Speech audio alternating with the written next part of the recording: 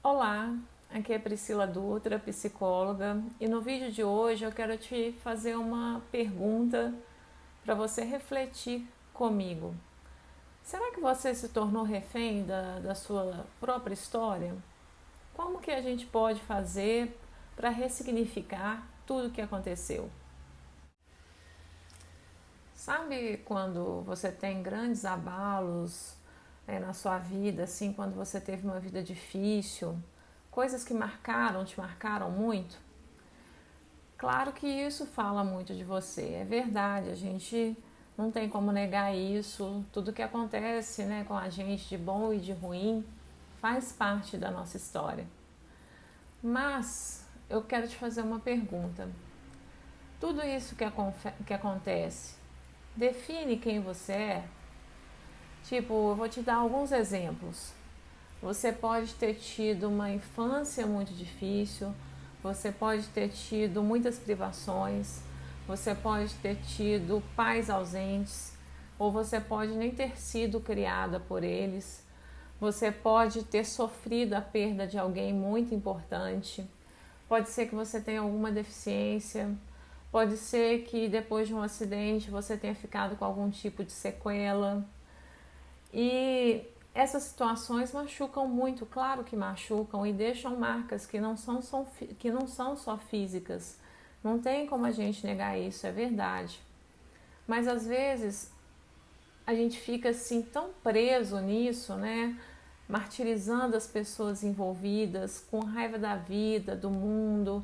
Você já se sentiu assim alguma vez? Ou ainda se sente assim? E me fala, você sente uma raiva, né, de tudo que aconteceu na sua história? E como é? O que essa raiva traz para a sua vida? Ela traz tristeza? Ela traz amargura? Ou ela traz um desejo de mudança? Como é que você utiliza a sua raiva? A sua raiva, ela te faz querer ser melhor?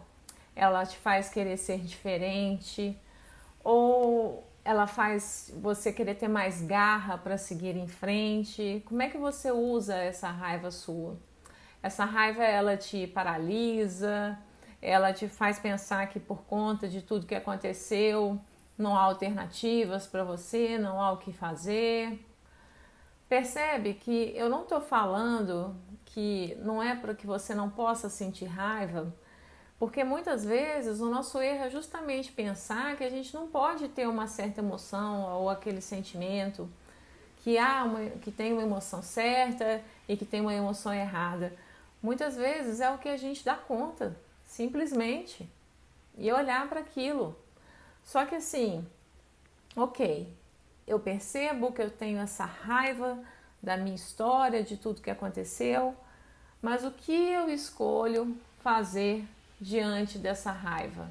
Percebe que tem uma diferença nisso? Né? O que essa raiva me traz? Tem uma lenda de índios Cherokee, índios americanos, que diz que dentro de nós existem dois lobos, um lobo bom e um lobo mau. E que dentro de nós esses lobos estão em constante batalha, guerreando mesmo um com o outro. E aí perguntam para esse índio, qual que vence essa batalha? E o índio responde, aquele que você alimenta. Então assim, percebe como não há emoção, sentimento errado, e que às vezes o que pode existir da sua parte é um erro, um tipo de estratégia errada, equivocada, que você utiliza para lidar com esse sentimento, com a sua história. O que pode estar atrás dessa raiva que você tem diante de algumas situações, diante de alguns fatos da sua vida? O que acontece? A raiva é uma tentativa de você lidar com o que você interpreta uma afronta, uma injustiça, ou com uma hostilidade, aquilo que você não compreendeu, que você não processou ainda, ou que de alguma forma você não aceita que tenha acontecido. E pode ser que a raiva, né, que você manifesta tenha sido a única alternativa que você encontrou para você se expressar no mundo, para você se relacionar com as pessoas e às vezes até para você se defender de algo que te machuca muito. Então, até porque como é que costuma acontecer isso, né? Quando você está com raiva, ou você implode ou você explode, né? Então, ou seja, ou você coloca para fora tudo que está te incomodando e às vezes até de uma forma muito agressiva, né, para os outros, ou você implode. E o que seria se implodir? Seria aqueles momentos que você tem dor de cabeça, que você fica ruminando mentalmente as coisas que aconteceram, você fica tendo aquelas discussões mentais, sabe, aquelas brigas horrorosas que só na sua cabeça acontecem, porque na realidade elas não acontecem. Então é aquela ruminação de pensamentos ali que você fica preso no passado e não vai para frente com raiva. E aí isso começa a te dar uma gastrite, e aí você começa a armazenar essa raiva de tal forma que aquilo causa uma mágoa muito grande em você. E o que é a mágoa? A mágoa é uma espécie de água parada que fica ali dentro de você e que te causa muito, muito sofrimento. E a sua raiva também ela pode se manifestar, sabe de qual outro jeito? Sabe quando você é uma pessoa assim que tem uma sede de justiça, sabe, defensora e tal do que é certo, do que é errado, de valores, e aí na qual você deseja que, às vezes até não de forma consciente, tá? Às vezes até de forma inconsciente, que todos aqueles que te magoaram, que te prejudicaram de alguma forma, eles sejam penalizados, não por você, mas assim pela vida, sabe? Nossa, a vida vai ensinar fulano como é que é isso e tal, porque você, né, fica com aquela raiva e aí tem aquela sede de justiça, de que seja feita a justiça. E essa sede de justiça também pode aparecer nas suas relações, sabe, quando você se torna uma pessoa muito crítica, que nada do que o outro faz tá bom, e você é muito franca nos seus relacionamentos, eu falo mesmo, doa quem doer, e sabe, porque o que é isso? Isso é o jeito que você encontrou para que essa raiva saia de alguma forma, mesmo que essa forma esteja equivocada.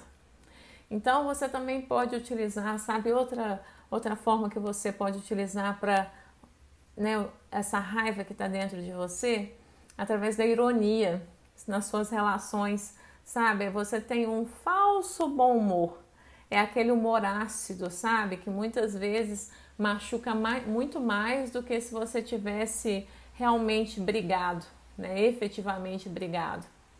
E muitas vezes isso você nem tem consciência, sabe? São pontos totalmente cegos para você, mas que talvez com aqueles que você se relaciona sejam pontos assim extremamente nítidos. Talvez talvez eles só não saibam que essa é a forma que você encontrou para lidar e manifestar com a sua raiva. Tem um conceito na psicologia muito interessante que é a janela de Johari. E aí, segundo essa teoria, a gente teria 4 janelas. Então, tem a primeira janela que seria o eu conhecido, que é um eu conhecido por mim e pelos outros, né? Aquilo que eu permito que as pessoas conheçam, as pessoas sabem de mim, né? Esse é um ponto que eu e as pessoas sabem.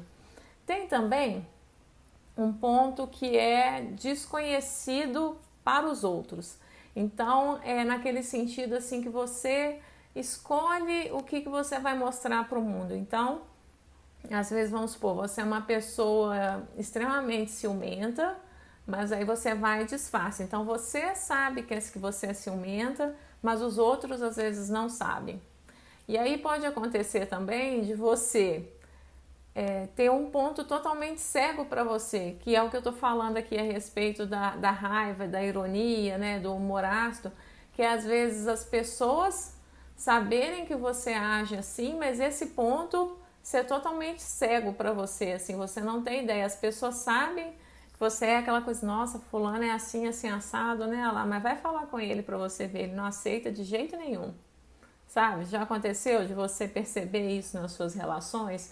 Acontece muito na terapia, que às vezes a pessoa leva uma questão que está incomodando ela e aí ela vai falar, fulano falou que eu sou assim, aí a pessoa para, nossa, mas você sabe que tem uma questão de verdade aí? Eu nunca tinha parado para pensar que isso realmente fazia sentido, né? E aí cai a ficha da pessoa. E tem uma outra janela que seria a quarta janela, que são realmente pontos inconscientes que são desconhecidos tanto para você quanto para as pessoas que estão ao seu redor, que te conhecem, que são pontos assim que ninguém imagina, que muitas vezes você vai descobrir justamente entrando num processo terapêutico. Olha só que interessante. Sabe o que acontece? Todos nós temos muito medo, sabe, desse desconhecido, desse embate conosco assim diante de um espelho, sabe? É tão mais fácil responsabilizar o universo por todas as nossas dificuldades e a gente tem muito medo assim de descobrir que alguma coisa pode ser culpa nossa mesmo, que às vezes na verdade não há culpados. A gente pode descobrir que a gente entendeu errado, ou que a gente sentiu alguma coisa de forma errada, ou que a gente precisa, na verdade, ampliar o nosso olhar diante de tudo que aconteceu. Talvez você vai descobrir que você nem se deu ao trabalho de sair do centro da situação, no sentido de olhar para esse outro ou a situação que te incomoda, no sentido de tentar entender por que aquela coisa aconteceu, por que fulana agiu daquela forma, por que ela teve determinado comportamento. Muitas vezes as pessoas elas não fazem, não é a questão de fazer certo ou errado, às vezes é a questão de que você dá conta de fazer. Você também não é assim? Às vezes quando você está diante de uma situação inusitada ou diante de alguma coisa assim que é difícil para você e que aí você mete o pé pelas mãos? Não acontece com você? Então, em muitos momentos da sua história, coisas que estão lá, às vezes pode ter acontecido isso com esse outro também. Pode ser que esse outro, na verdade, nem tenha errado, mas aí você percebe comigo aqui, o vitimismo, ele não leva a gente a lugar nenhum. Pelo contrário, ele só faz que você se paralise, ele só faz com que você fique dando razões para justificar quando uma coisa acontece, quando outra não acontece. E você esquece, pode estar esquecendo, que todos nós temos luz e temos sombra dentro de nós, que ninguém é perfeito, ninguém é maravilhoso o tempo todo. A gente tem a mania de polarizar muito as coisas, polarizar muito as pessoas, as relações, sabe? Nós somos, às vezes, muitas vezes, juízes implacáveis, sabe? Com os outros. E assim, não é só com os outros, não, é com a gente também, porque se você é implacável dessa forma com o outro, é porque você provavelmente também tem esse rigor com você também. Então, assim, mergulhar nesses conteúdos de verdade, sabe, olhar no espelho, né, tipo, num processo terapêutico, encarar tudo isso, é muito difícil mesmo. Mas fica parecendo, mas ao mesmo tempo fica parecendo que é mais fácil, né? Tipo, você falar, ah, a vida é assim mesmo, não tem jeito não, isso aí faz parte lá da minha família, pum, pronto, acabou. Me deixa aqui no meu lugar de vítima. Percebe como é mais fácil você ir para esse caminho? Então, assim, só que ao mesmo tempo, geralmente quando você descobre alguma coisa muito difícil sobre si mesma, ou você se surpreende com alguma coisa que você descobre de uma situação ou de alguém, você também descobre muita potencialidade, você descobre também muita luz, sabe? Pode ser que você tenha interpretado parte da sua história de uma forma totalmente equivocada ou de alguma característica sua, né? Então, assim, por exemplo, Você pode ter ficado muito sozinha na sua infância, né? Ter tido uma família problemática. E aí, por conta disso, na sua vida pessoal, você às vezes é uma pessoa muito carente. Só que você esquece que, por outro lado, justamente por você ter que se virar sozinha na maioria das vezes, né, no decorrer até você chegar na fase adulta, ter acontecido isso de você ter que ficar sozinha e ter que dar conta das suas questões, de correr atrás das suas questões, isso fez justamente que você tivesse muito sucesso na área profissional, que fosse aquela pessoa que se destaca, que consegue se virar sozinha, que sempre tem uma ideia interessante. E olha, uma coisa difícil fez que tivesse um lado ruim de uma situação, mas que outra fosse muito bacana. Tá percebendo a questão da potencialidade que eu tô te falando? Então, assim, o que eu quero que você entenda é que se você se permite fazer esse movimento, né, de entrar de verdade nas suas questões, pode ser que você descubra muita coisa legal da sua história e de você mesmo. Aquela coisa que às vezes parece muito ruim inicialmente, você ressignifica e aquilo toma outro peso na sua vida, fica mais leve. Sabe, aquela coisa que sempre parecia um piano difícil de você carregar nas costas, de repente fica suave, sabe? Então, assim, esse é o poder de você se permitir fazer esse movimento, sabe? Isso é muito, muito importante. E sabe, muitas vezes nem é esse outro que ou que aconteceu na sua vida que faz com que você continue vítima da sua história. São certas palavras que colam na gente, sabe? Tipo, fulano, você é muito difícil de lidar, você não vai ser nada na vida se continuar assim. Você vai colocando toda essa dor, tudo isso que você acreditou que era verdade, numa forma, uma espécie de bagagem emocional, que você vai levando isso para uma vida inteira. E aí toda essa bagagem, ela afeta o modo o modo como você se vê, o modo como você se relaciona com as pessoas, com o trabalho, até hoje. Então é como se você tivesse que ser fiel ao que foi dito, sabe? Por mais que isso te cause sofrimento. Me parece até de certa forma uma raiva engolida que você direciona para você mesma. Então você se sabota num processo que funciona quase como uma autoprofecia para que tudo que foi falado para você se torne realidade. Às vezes essa questão é totalmente inconsciente, sabe? Você vai tendo certas atitudes para que aquilo que falaram realmente seja verdade. E aí é uma raiva que nos dá a sensação de fragilidade, de fracasso, de impotência, de limitação diante da vida. Será que você tem muita dificuldade de aceitar as pessoas como elas são, as coisas conforme aconteceram? Será que...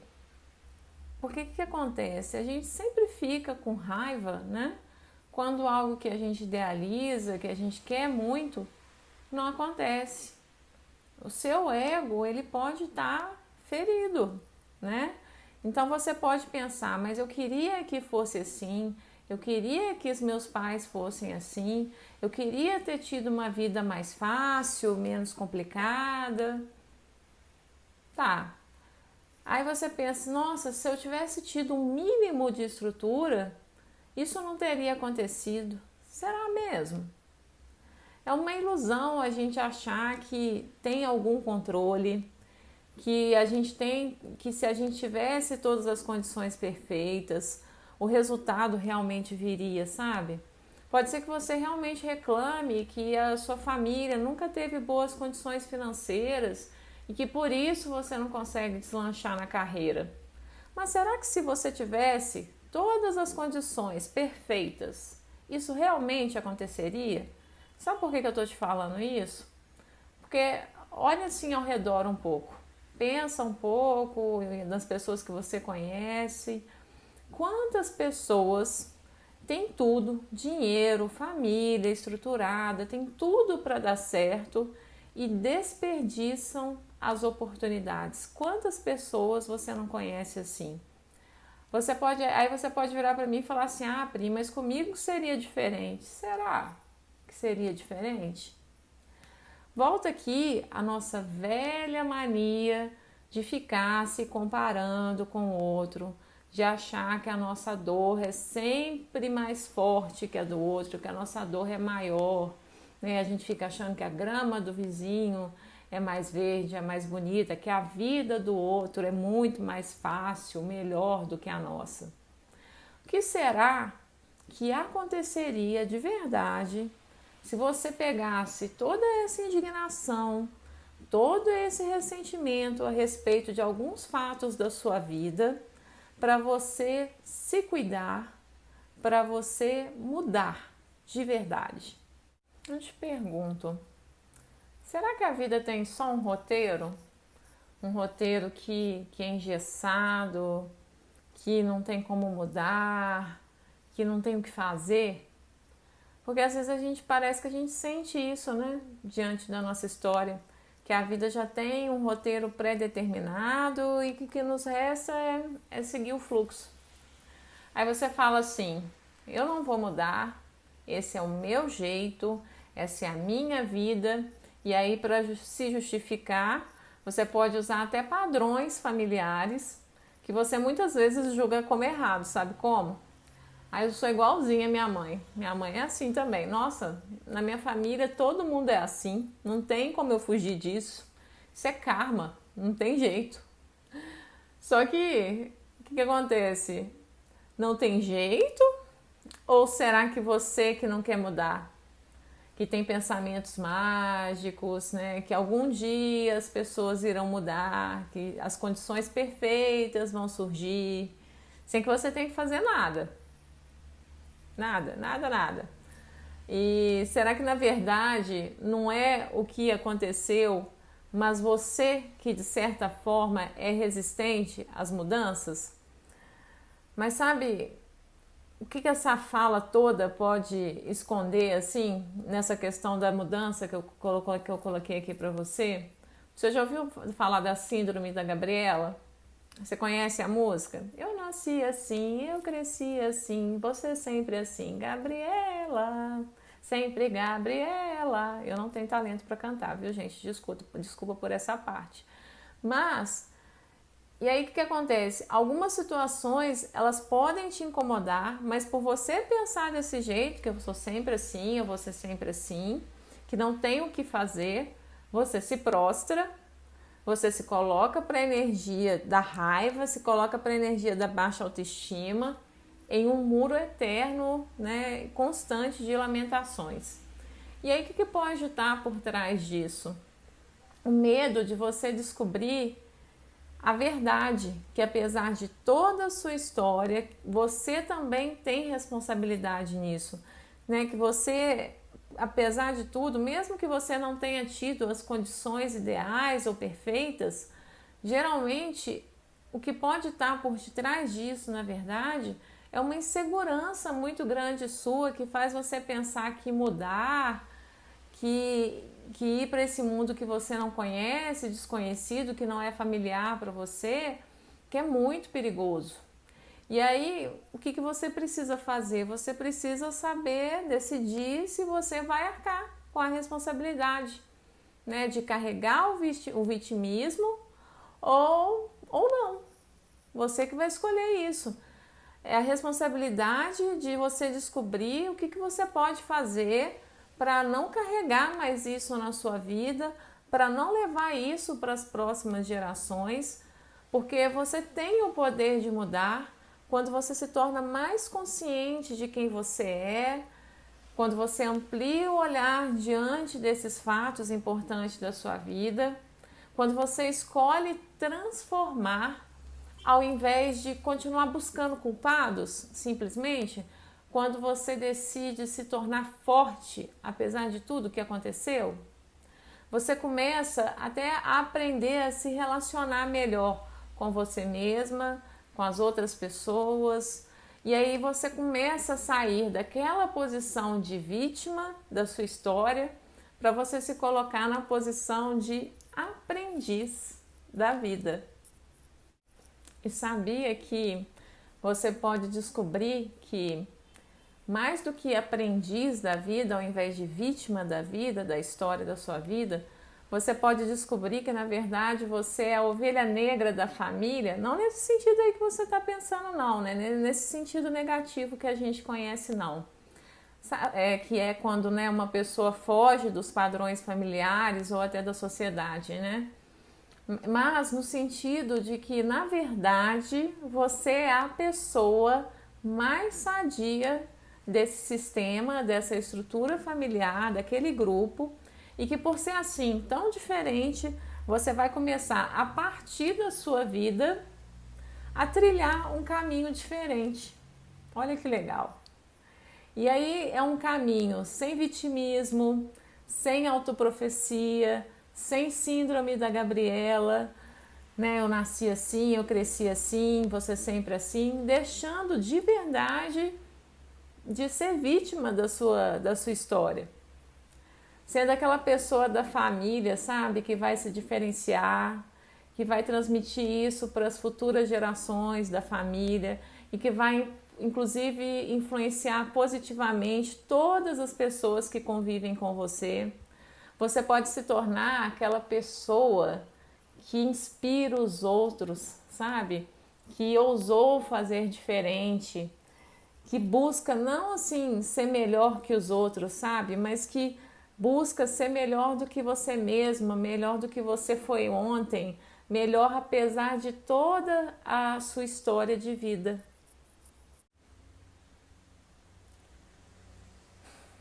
E assim, para te inspirar nesse sentido, eu gostaria de te citar 3 exemplos para você pesquisar, se você não conhece, que são pessoas que a gente conhece, que são públicas e que conseguiram deixar de ser vítima da sua história de vida e se transformar e ser exemplo, não só, eu tenho certeza, para os familiares dele, mas para o mundo, para todo mundo. Por exemplo, vocês conhecem o Rick Chester? Rick Chester é um ex-ambulante do Rio de Janeiro que vendia água na praia para sobreviver. Ele resolveu fazer um vídeo um dia falando como é que a pessoa faz para, se não tem emprego, se não tem nada, né, para vender água na praia. E aí ele fez um vídeo curtinho que viralizou no YouTube, e é um cara que já foi pedreiro, que já foi tudo, que vem de uma comunidade pobre lá do Rio. Ele, inclusive, ele já trabalhou aqui em Belo Horizonte. Eu já até vi um vídeo muito bacana dele se solidarizando com essa questão da chuva aqui e tal. Uma pessoa admirável e que conseguiu romper barreiras através dessa garra que ele tinha, essa vontade, né? Essa vontade que ele tem de vencer na vida, apesar de toda a história dele de lutas, de dificuldades. E é um cara que hoje está aí na mídia, que virou palestrante, que inspira milhões de pessoas. É uma pessoa que vale a pena você buscar conhecer a história dele. É uma pessoa admirável, ele escreveu livro, está aí com as principais personalidades do empreendedorismo, fazendo a diferença no mundo. Apesar da história dele de lutas, de dificuldades, eu tenho certeza que ele é uma inspiração para a família dele e é uma inspiração para todos nós, né, de superação. Uma outra pessoa também que é legal você parar para ver a história dela e conhecer um pouco mais é o Fernando Fernandes. Ele foi até ex-Big Brother, era modelo, tudo, e aí ele sofreu um acidente, ficou paraplégico. Ele poderia usar dessa questão, né, para se colocar como vítima da vida, né, para a vida parar, né, para falar, nossa, perdi o rumo, né. Ele é muito jovem, se eu não me engano, ele tem 38 anos, e é uma pessoa que ressignificou tudo isso que aconteceu na vida dele. Hoje ele é atleta paralímpico, as pessoas se inspiram nele, e ele, né, transformou a vida dele, está aí, continua vivendo, e assim, é admirável mesmo, né? E tem uma outra pessoa também que eu gostaria de falar aqui nesse sentido de inspiração, né, que não é vítima que não se permitiu ser vítima da sua história, é o Roberto Carlos, que não é o cantor, é o Roberto Carlos, contador de histórias. Se você pesquisar no YouTube, você vai ver, achar um vídeo, Roberto Carlos, contador de histórias. Ele é um mineiro de Belo Horizonte, que é caçula de, se eu não me engano, de 10 irmãos, e que a mãe passava por extremas dificuldades para criá-los, e que por inocência, né, por não saber, né, viu a propaganda na televisão e acabou colocando ele na FEBEM. Ele virou menino de rua, passou por muitas dificuldades, e aí ele começou, eu não vou contar a história toda do filme, porque é um filme que vale a pena ver, que é tocante, e ele conseguiu dar a volta por cima, né, ele conseguiu aproveitar uma ajuda que ele teve para transformar a vida dele. Hoje ele é escritor, palestrante, né, ele é contador de histórias, né, ele é pedagogo, ele é uma pessoa que pegou tudo que aconteceu dele, da história dele, para transformar a vida de outras pessoas, né, através do que ele resolveu fazer da vida dele mesmo, de estudo. Ele poderia ser uma pessoa que se revoltasse, que fosse para o mundo, né, das drogas, enfim, mas ele resolveu aproveitar uma oportunidade que ele teve, né, e transformar a vida dele. E eu tenho certeza que ele transformou também a estrutura familiar dele, e que ele transforma muitos jovens através do trabalho que ele faz hoje, através do exemplo que ele é.